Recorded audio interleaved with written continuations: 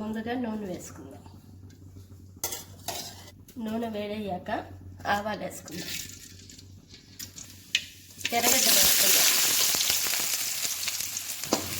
ఎర్రగడ్డలు వేసుకుని కొంచెంసేపు వేగాక కరివేపాకు వేసుకుందాం. తర్వాత చిదిపి వేసుకున్న తెల్లగడ్డ పాయలు వేసుకుందాం. అన్నీ బాగా నూనెలో వేయించుకుందాం.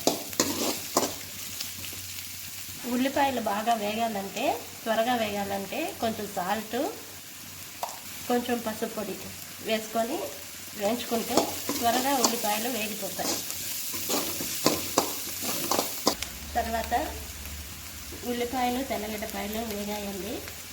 ఇప్పుడు శుభ్రం చేసి పెట్టుకున్న చికెన్ వేసుకుందాం. ఇప్పుడు చికెన్ని బాగా నూనెలో ఫ్రై చేసుకుందాం. మనం చేసేది పెప్పర్ చికెన్ కాబట్టి ధనియాల పొడి కొంచెము, కారం పొడి కొంచెంగా వేసుకుందాము. తర్వాత మిరియాల పొడి వేసుకుందాం. ఇంకొంచెము సాల్ట్ కూడా వేసుకుందామండి. ముందు కొంచెం వేసుకున్నాం కదా, ఇప్పుడు ఇంకొంచెం వేసుకుందాం. ఇవన్నీ వేసుకొని బాగా కలిపేసుకుందాం. ఇప్పుడు మన మెయిన్ ఇంగ్రీడియంట్ మిరియాల పొడి వేసేసుకుందాం. బాగా వేయించుకుందాం. మనము ఈ చికెన్లో నీళ్లు వేసుకోకుండా అలాగే ఉడికించుకుందామండి. అలాగే వేయించుకుంటూ ఆవిరిలోనే ఉడికిపోతుంది. ఆల్రెడీ చికెన్లో నీటి శాతం ఉంటుంది కాబట్టి అలాగే ఉడికిపోతుంది.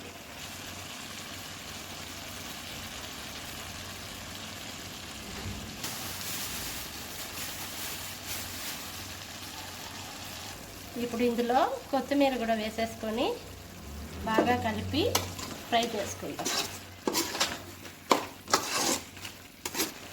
కొంచెము గరం మసాలా పౌడర్ వేసుకుందాం. చికెన్ మసాలా పౌడర్,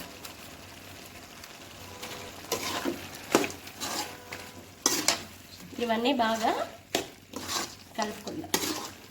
కలిపేసుకొని కాసేపు ప్లేట్ పెట్టి మూత పెట్టేసుకుందాం. చికెన్ బాగా ఫ్రై అయిందేమో, అయిపోయిందండి. మన స్పైసీ పెప్పర్ చికెన్ రెడీ అయిపోయింది. కొంచెం కొత్తిమీర వేసేసుకుందాం లాస్ట్లో. అంతే.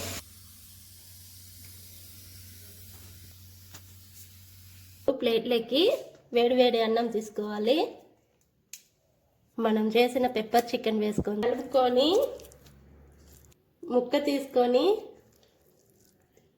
తింటే చాలా బాగుంటుంది. సబ్స్క్రైబ్ చేయండి, లైక్ చేయండి.